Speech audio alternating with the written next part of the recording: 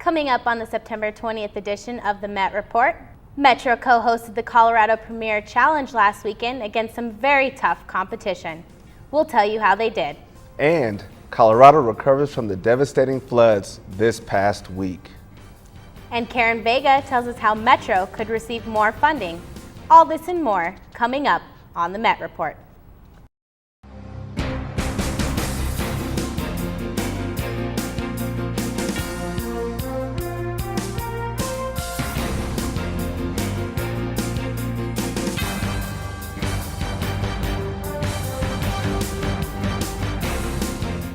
Welcome to this week's edition of the Met Report. I'm Jessie Salazar. And I am Keve Brockinton. Chuck D is in the house. Hip-hop legend Chuck D will be on the Auraria campus September 26, speaking on behalf of the Sankofa Lecture Series. The two-day event focuses on the use of art and culture to enhance educational practices. MSU Denver Department of Africana Studies is hosting the event, which is expecting to draw a large crowd. Participants are encouraged to RSVP via Facebook or by phone at 303-556-3108. The rhymes can hurt and do work. This week, MSU Denver helped organize the Project Homeless event. Met Report caught up with a Metro student who was once homeless herself.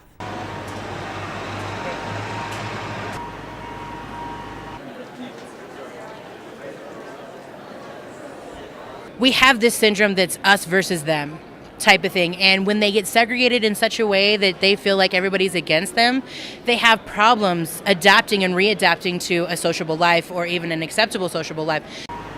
My background when it comes to Project Homeless Connect has to do with my experience with being homeless. Where I come from is that there was actually several times throughout my past where I've actually been homeless, and those times are really hard on me. And I think that I wouldn't be here today if it wasn't for services like this, and if it wasn't for people that actually reach out and help those people that are a little bit more unfortunate. So I'm hoping to bring some of that compassion and that hope to the event today, in hopes to help somebody in need.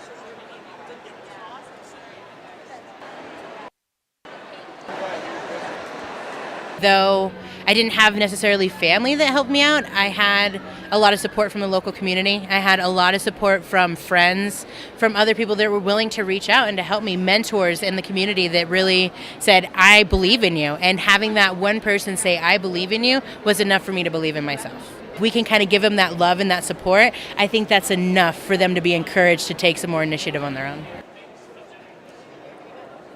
Cristal Ruelas was one of the 500 Metro students who volunteered at Project Homeless. For the whole story, visit metreport.org. You've seen the email alerts. Auraria has had its fair share of incidents on campus. There has been flashers, theft, even a road rage incident involving a handgun in the 7th Street garage. We asked Commander Jason Mullender, a 12-year veteran of the Auraria Police Force, what students should do when they find themselves in these scenarios. He stated, students, faculty, and staff should notify authority immediately. The largest form of incident on campus is crimes of opportunity, for example, leaving personal belongings in the lounge or recreation areas of the campus. Molander also told us that there is a higher crime rate in the south side of campus, but can happen anywhere. He goes on to say that most crimes happen during the day and appear to occur before classes start. While the police department has increased a presence to 24 hours a day, Molander suggests safety in numbers. The Mikado opens at the King Center on September 26th. This Japanese-inspired comic opera will play from the 26th through the 28th, and October 3rd through the 5th at 7:30 p.m. and October 6th at 2:30 p.m. Admissions for the Mikado are $20 for adults and free for children under 5. MSU Denver students, however, receive free admission with a valid school ID. If you want to reserve a seat for the show, call 303-556-2296. MSU Denver's goal to become a Hispanic serving institution could be closer than even before. Karen Vega has the story. College is becoming more expensive. Higher education is the challenge for many. Good news though, more funding could be on its way. HSI status allows an institution, or it gives an institution the opportunity to apply for federal grants. Grants that would not only benefit Hispanic students, but the entire MSU campus.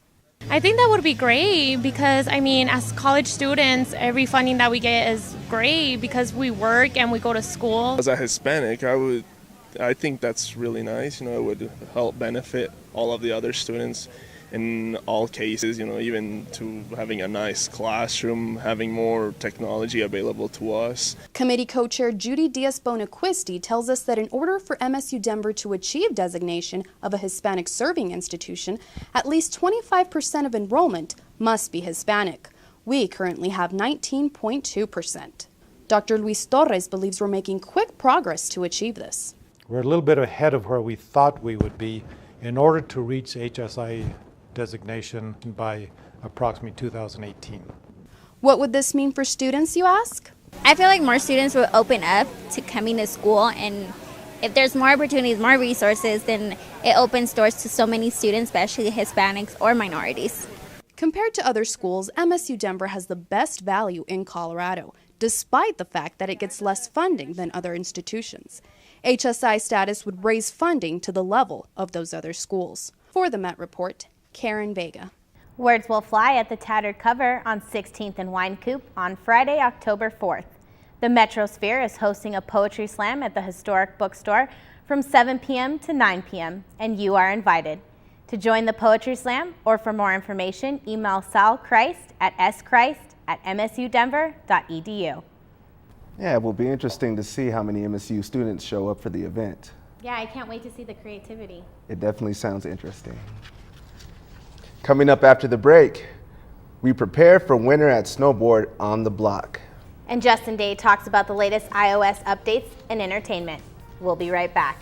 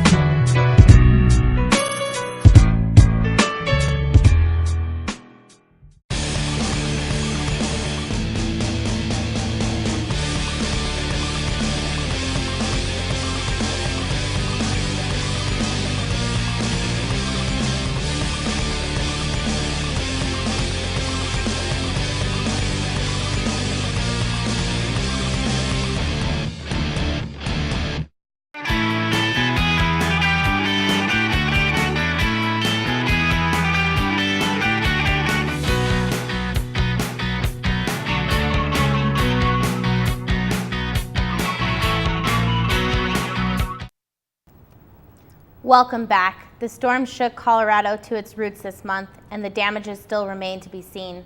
Kellen Stone is here to tell us more. Kellen? I wish to try to give you some good information, but unfortunately there's still a lot of problems up in the mountain towns. And as the storms moved out and the cleanup begins, mountain towns continue to struggle. I went up to the mountains to one of those towns to see how they're doing. One of the cities hit the hardest from last week's floods was 45 miles north of Denver, Lyons, Colorado. A military roadblock off of Highway 66 and 53rd Street stopped everyone from trying to get into the city. Lafayette Police and the Colorado National Guard were one of 11 stations around Lyons, Boulder, and Longmont. The only people allowed to pass the block were city restoration companies and some business owners. In the flood zone, over 160 homes were damaged. Of those, 120 were destroyed. 60 commercial buildings were also in the flood zone, 28 damaged, and 1 destroyed. On Thursday, residents of Lyons were allowed to return to their homes, but with restrictions. Residents that do return are still under a no-flush and boil water orders. They are also only allowed to access their homes from dusk till dawn with a complete closure of the city with no way in after dark. Residents that have damaged or destroyed homes are encouraged to contact FEMA. Such a tragedy. Yeah, it is. And if you like any information or anything like that, there are ways to help. You can head to helpcoloradonow.com. Yeah, it's kind of, a tragedy to be up there and to see everything that's going on. It's going to be nice, in a couple months or even up to a year when those towns are back up on their feet and ready to go for business again. Indeed. Snowboarders on the Block was recently held in the heart of downtown. They had tattoo artists on hand to help give the fair a creative touch, live music, great promos, art, food, retail, and performances to show off some talent. Fall might just be kicking off, but the snowboarders can't wait for the first snowfall, or for any reason to show their wild sides. We continue with an update on Syria. While Vladimir Putin has voiced his objections for U.S. forces taking action in Syria, John Kerry might have had a bigger effect with international affairs. During a recent speech, Kerry told the press that to prevent an attack on Syria, Bashar al-Assad could, quote, turn over every single bit of his chemical weapons to the international community, end quote. Preceding Kerry's statement, Bashar al-Assad publicly expressed his interest in trying to have a peaceful outcome of his conflict. But so far, his regime has not followed up any of his statements by handing over weapons. The threat of the U.S. military action remains on the table as long as Syria doesn't comply with these international requirements. For us in Syria, we have principles. We do anything to prevent the region from another crazy war. I heard Loveland has some snow up there already. It's hard to believe it's that time of year. Season goes quickly. Yeah, it does. Coming up after the break, Justin Day joins us for entertainment, and Lennox Williams tells us what's going on for Met Report Sports. But first, Lacie Alstrom is here to tell us what's going on for the weather. Lacie, how does it look out there? Hi, I'm Lacie Alstrom, and I have a look at what's going on for the weather this weekend. Starting Saturday, here in Denver, it's going to be partly cloudy with a high of 82 and a low of 52. And then further west, here in Los Angeles, we're going to have a high of 75 with a low of 57. And then way over on the East Coast, we're going to be looking at New York with a high of 77 and a low of 67. And what it looks like here is all the rain that we've gotten this week is actually going to be moving east, so no worries there. It's going to be leaving us warm here under a ridge of high pressure. And then coming up Sunday, the weather here in Denver is going to be sunny with a high of 82 and a low of 51. And then moving on down to Los Angeles, it's going to be sunny there again with a high of 75 and a low of 57. And then moving back over to New York, it's going to be a high of 73 and a low of 58. And it still looks like the east side is going to have a whole lot of moisture over there, but the high pressure system is going to be moving north, and paired with the cold front coming in from the northwest, it's going to bring in some cooler air that's going to be expected by Thursday. And now looking at your 7-day forecast, we're going to have Monday a high of 77 with a low of 50, Tuesday a high of 80 with a low of 50, Wednesday, 77 with a low of 49. Thursday with a high of 70, a low of 45. And Friday, a high of 70 with a low of 44.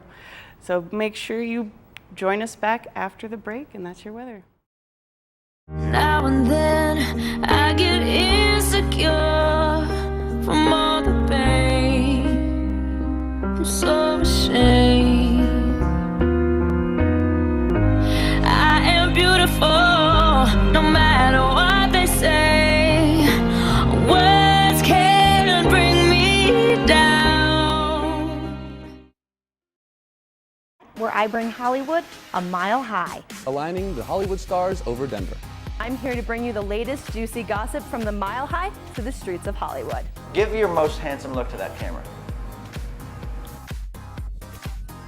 Where I'll be bringing you the latest gossip from Tinseltown all the way up to a mile high. I didn't get any injuries. I was okay. I was a little dancing, these, you know. Check us out every Friday live at 12:30 p.m. on The Met Report.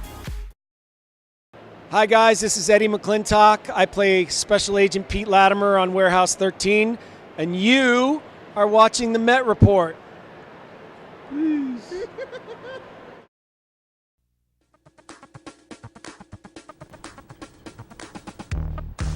Welcome back. Joining us now for the first time is Justin Day. What's entertaining, Justin?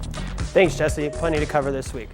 Breaking Bad is reaching the end of its series, but no worries, Joking Bad is in the mix.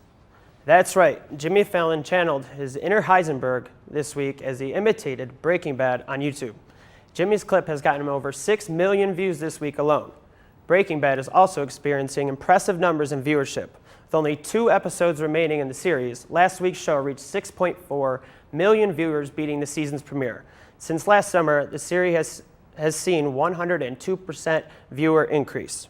There has been one game many have probably been waiting for all year, and it is finally here. It has been over 5 years since Rockstar Games has produced Grand Theft Auto. The new edition contains 3 main characters that can be switched during gameplay at any time.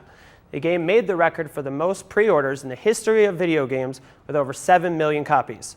It has no signs of slowing down. Grand Theft Auto was projected to earn $400 million on day one, but now has doubled that projection. Available on PlayStation 3 and Xbox 360, I highly suggest you picking this one up. Smartphones have become a major source for entertainment in today's world. Earlier this week, Apple has released iOS 7 to the public with several new features. Starting with a redesigned color palette, iOS 7 brings a new level of convenience for users with Control Center, allowing users to access multiple daily functions with ease.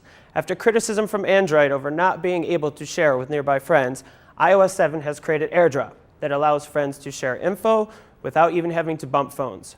My favorite new feature is iTunes Radio.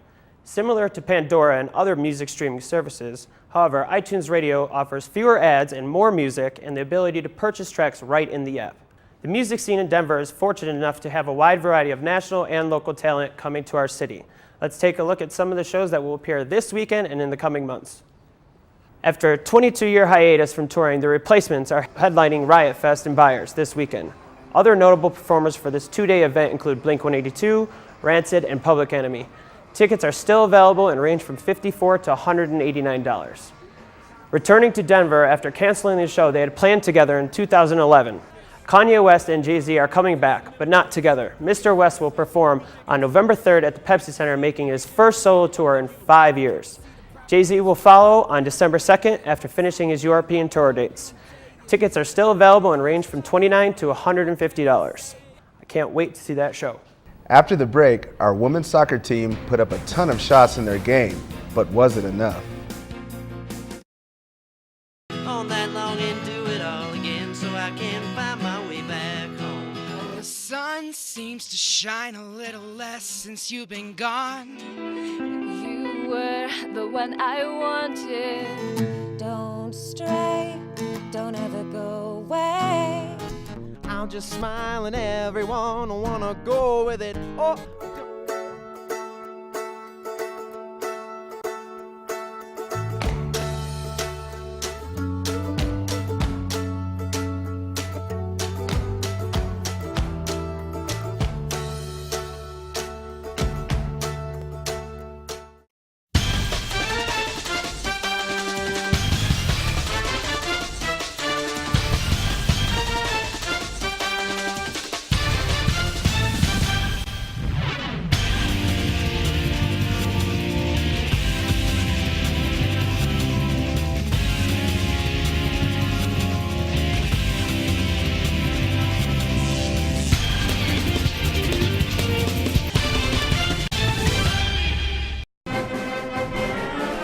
From the Colorado School of Mines in Golden to Black Hills State University in South Dakota to Colorado State University in Pueblo.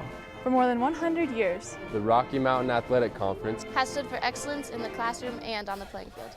With 14 great colleges and universities, student athletes in the RMAC achieve on a national stage while earning their college degrees. The Rocky Mountain Athletic Conference, continuing the tradition of excellence.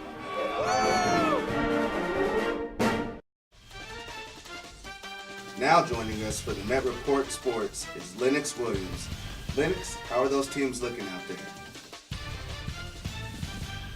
Metro State men's basketball team has been selected to be a part of the 2013 NIT season tip-off tournaments. This is a Division I tournament that makes up some of the best college basketball teams in the nation. Teams like Rutgers, University of Arizona, Duke will be there. Metro will take on Rhode Island in the first round on November 18th in Tucson, Arizona. If they win, they will play the winner of the Arizona and the Fairleigh Dickinson. Last Sunday, women's soccer took on Imperial State. In the first half, Metro had no problem finding the net, but couldn't find the back of it, outshooting the Hornets 17-0. But in the second half, the Roadrunners finally break the ice with a goal by Brandy Farley in the 75th minute. Metro defense had another great game with a very strong performance by freshman goalkeeper Nicole Jablonski. Metro win 1-0. We talked to Brandy Farley after the win. You know, I just came into preseason fit and ready to play, and the comfortability is definitely there. Our team is a lot more well-rounded this year, and it's really fun to play off of each other. We're a great team. Our women will host Western State today at 1 p.m. for their first RMAC game. With a very difficult loss last Friday, losing 5-2 against St. Edwards, Metro looked to turn things around on Sunday against Newman University. The Roadrunners dominated the game, outshooting the Jets 21-6. But just like the women, they couldn't find the back of the net until the second half. In the 79th minute, Andy Lopez scored his second goal of the season. New goalkeeper Kagan Hans saved a team-high 8 shots. Metro win 1-0. The Roadrunners will open RMAC play today against UCCS at home at 3:30 p.m. Metro State and Regis University co-host the Colorado Premier Challenge this past weekend. Our own Kevin Hall was there to cover it all. Although Metro is picked third in the RMAC preseason poll, they were picked out of the top 25 for the first time in a long time. A couple wins here in the Premier Challenge could push their name into the national spotlight once again. Metro had a tough first day ahead of them with not one, but 2 top 15 teams on the docket. The Roadrunners starting off with number 11 Angelo State. The Bells D stifled the Runners, forcing 15 attack errors by Metro as Angelo sweeps 3-0. No rest for the Runners as their old RMAC rival number 4 Nebraska Kearney is next in line.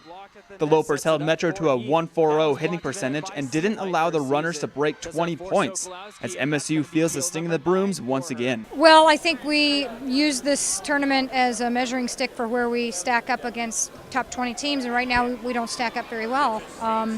You know, we do some nice things. There are flashes of what we want our system to look like, but we've got to increase the execution on several levels. After being swept by Florida Southern, the final showdown of the tournament for Metro would be against current RMAC foe Adams State. Both teams looking for their first one in the tournament. First set goes to the Runners. The two teams go back and forth for the next 3 sets on their way to a 5th. Metro playing strong in the final frame. Heath with 21 kills in the match and posted a .286 hitting percentage. MSU wins 3-2. Heath is named to the all-tournament team.